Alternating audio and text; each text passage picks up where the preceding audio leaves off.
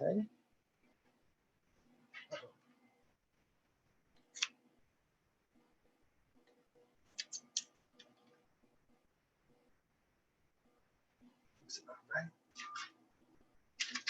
Okay, so yeah, thanks for bearing with me while we get things going again here. I'm excited at this prospect. So you guys got my email. Thanks for coming. I wanted to just reiterate some of the things. So you guys are all already trained users and have already collected a lot of diffraction data here.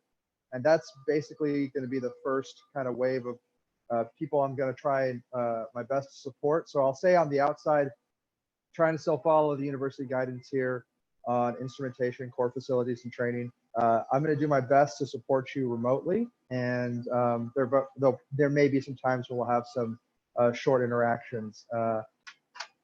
At the moment, we only have the mini available, and I'm going to take a quick pause, come back over to my computer. For those of you here, can you guys hear me okay? You know, thumbs up or, yeah, okay, Magic says, okay, good. We'll continue. So right now we only have the mini. The 007A detector is out for repairs. And I'll just take this opportunity to say, if there was ever a time that we have had symptoms of our aging fleet of diffractometers, it's been this past year. I had plans to do this kind of reopening much earlier than what we're doing now. It's just that every single one of our diffractometers that's functional, save the Spider hasn't been operational in years. I mean, it's operational, but it's just too slow to use practically. Every single one of our diffractometers has broken to the point that it needs to be sent out for repairs. 007C detector failed. The goniometer on 007B decided to just stop working. I was able to fix that, thankfully, without having to do too much purchasing. Detectors out here, and this computer on the mini is a harvest from an old mass spec instrument. So we resurrected this computer. It was dead, and we couldn't even drive the mini for the better part of 4 months. But we're at a good state. I think we're at a point where things are okay. Hopefully 007A's detector will come back soon. So just, you know, be as careful as you always were with this instrument.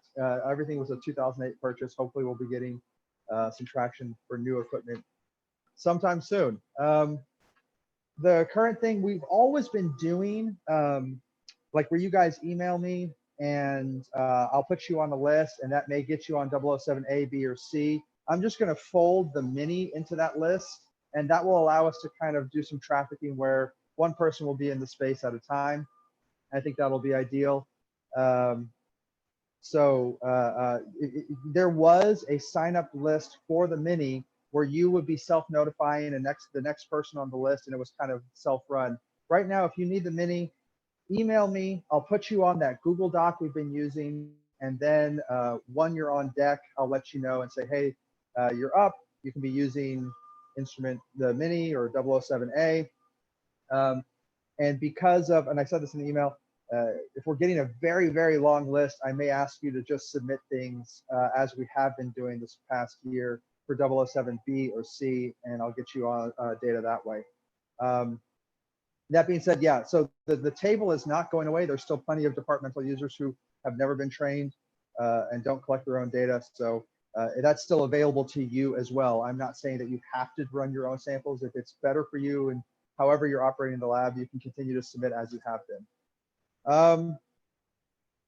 So yeah, the data, when you collect it, will still be reduced in the TeamViewer computers. We've got enough of those up and running. If you have any problems connecting to TeamViewer, I think everyone on this list, most everyone has had access to those computers at one time. So just reach out to me if you are having trouble accessing them. I can give you the access passwords, and make sure you're connected so you can see both the mini and 007A's drive remotely, and you can work up the data with Chrysalis Pro and OLX, however you want, whenever it's convenient for you. Okay, so that's the stuff we've already said in the email with a little more detail. Are there any questions on that? And just unmute yourself and speak up if that's. No? Okay, we'll go ahead. The last little bit, this shouldn't take too long. This will be the microscope that we're going to use. So when you're in here, you can bring your sample right here. There is a waste bin for slides and glass as you use it. There's fresh slides. There is oil, all the manipulation tools you would need to cut crystals or poke them around. We've got loops of 200 micron and 500 micron size that are just behind the microscope here. And I'm asking that you can do this before you use, and it would be great if you could also do it after. If you could take these lens pieces off when you're using the microscope. These rubber comfort fit things can come right off. Just carefully place these down. And then you can use a little bit of ethanol, spray it directly onto a chem wipe, and then just give them a wipe down on the part where you would be touching your eye. Okay. And then the extra mile, if you want to do that, there's lens paper here. You can use lens paper, take out some lens tissue, get a sheet, and then you can clean the inside of any oil or debris. And then you can reassemble and place those back into the stereoocular pieces here. Okay.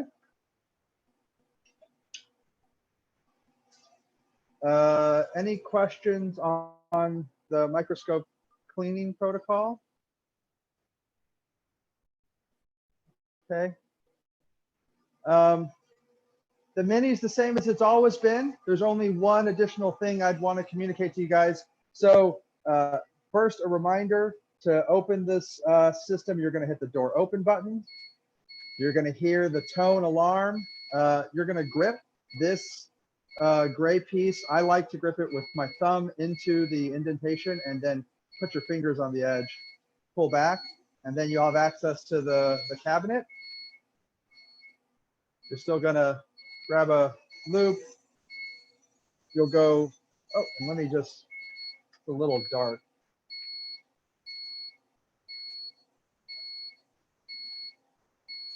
Close the light on. Okay. You're going to do a corner on for the magnetic loop and then let it snap down. So give me 1 second. All right. Showing a little closer. You take this corner on and let it, if I can do it right, corner on and let it snap down. My camera's blocking what I can see. Okay. Mounting with the mini, you're still gonna do everything through crystal clear like you always have. Not crystal. So when you're mounting crystals, it will look like this. You guys know this. You're still gonna use this set screw to do a quarter turn off of the phi set screw. Now I can freely rotate to center.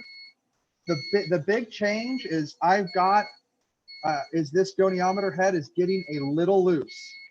So on these tools you've always been using, there are two sides. This is the larger side fits the keys that would manipulate the crystal left, right, or up, down if you're using the top. Now this top one, the looseness in this goniometer head is causing the head, this loop to slip down and come back towards the base of the goniometer. To overcome this, there is this thin edge of the tool. You can fit that into the set screw at the very top of the goniometer. And you can do a quarter turn off here. And now, oops, don't drop the tool. Now you can go up and down freely. Hopefully you can see that motion. And when you've got the right height, when you're at the height you like, looking at the crystal clear interface, you can tighten that set screw down, and then it should become hard to impossible with with light force to move this Z height. So that should hold it steady, because you can imagine if this were to slowly slip down during your detection, during your collection, you're just going to not hit the crystal, and then your frames will go blank. Okay, then closing things up, I've got this handle here. You just grab it and push it shut. So this handle is only to be used to close. To open, you're still going to use this. Any questions on opening and closing the mini and the Z height set screw? Okay. Well, I think at this point, like, you guys have either all taken the class or experienced users. You probably have still from the class this this SOP for how to mount and use Crystal Clear. You guys can, it'll be here at the station, so you can always thumb through this if you need a refresher on how to use Crystal Clear to mount and screen crystals. Right, so but at this point, I wasn't planning on covering that. It's just a quick start and just showing you the differences in the lab on how things are going. So you guys are gonna be using this microscope, and then the set screw on the Z height for the goniometer will be what we have to do going forward. That's going to be true for the 007A until I can get more of these old style goniometer heads. Yeah, don't forget to put on your dosimeters. They're still here. And I may be reaching out to some of you if you don't have dosimeters currently in the box. EH&S, with their infinite time at home, have been a little bit more active in asking for updates on those kinds of administrative controls. Okay, that's all I wanted to show you. I think I'm well less than that half hour I asked for. Any other questions? I'm gonna, can you guys hear me? Okay, Claire, thanks for saying, all right, fantastic. Okay.